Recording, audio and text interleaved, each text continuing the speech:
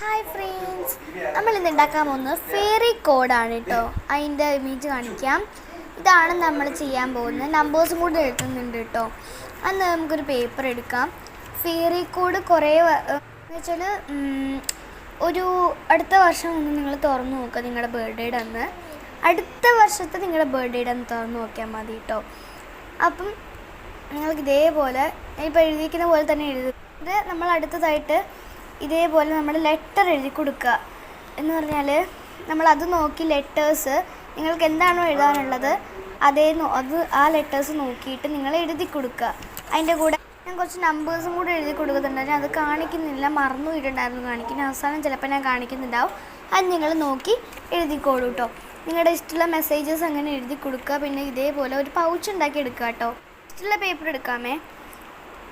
ആ ലെറ്റേഴ്സ് നോക്കിയിട്ട് നിങ്ങളുടെ സെൻറ്റൻസ് നിങ്ങൾക്ക് എന്താണോ എഴുതാനുള്ളത് അത് എഴുതി കൊടുക്കുക. ആ ഡോട്ട് എന്ന് മീൻസ് അതൊരു ഐ ആണ് കേട്ടോ. ഞാൻ കാണിക്കുന്നുണ്ട് അവിടെ. അത് ഞാൻ നമ്പേഴ്സ് എഴുതിയിട്ടുണ്ട്, അതുകൊണ്ടാണ് ഞാൻ പറയുന്നത്. ഞാൻ നമ്പേഴ്സ് കാണിക്കാൻ മറന്നുപോയി. അപ്പം ഞാൻ നമ്പേഴ്സ് ഇപ്പോൾ കാണിക്കുന്നത് നിങ്ങൾ കണ്ടോ. മറ്റേതിനകത്ത് ഇതേപോലെ ഒന്ന് എഴുതി കൊടുക്കുന്നുണ്ട്. വേറൊരു പേപ്പർ എടുത്തിട്ട് അതിനകത്ത് ഇതേപോലെ എഴുതി കൊടുക്കുന്നുണ്ട്. ഇത് കണ്ടോ, കണ്ട് കാണുമെന്ന് പ്രതീക്ഷിക്കുന്നു. ഇനി നമ്മളത് മടക്കിയിട്ട് ഇതേപോലെ മറ്റേ പൗച്ചിനകത്ത് പൗച്ച് പോലെ ആക്കി ഗ്ലൂ ഇട്ട് അതിനകത്ത് വെച്ച് കൊടുക്കുക. നമ്മൾ സ്റ്റിക്കർ ഒട്ടിച്ച് വൈൻഡപ്പ് ചെയ്യുകയാണ് ഇവിടെ. അപ്പോൾ അടുത്തൊരു വീഡിയോ ഇനി വന്നാൽ ഇൻട്രസ്റ്റ് അടിച്ച് നോക്കിയാൽ മതി. നമ്പേഴ്സ് കാണാൻ പറ്റുന്നുണ്ടാവും കേട്ടോ. അടുത്തൊരു വീഡിയോ ഫെയറി കോഡ് എന്ന് വെച്ചാൽ നമ്പേഴ്സ് ഉള്ളതും കൂടെ കാണാൻ നമ്പേഴ്സ് എഴുതിയെടുക്കുക. അപ്പോൾ ഇതുകൊണ്ട് തരികയാണ്. ബൈ.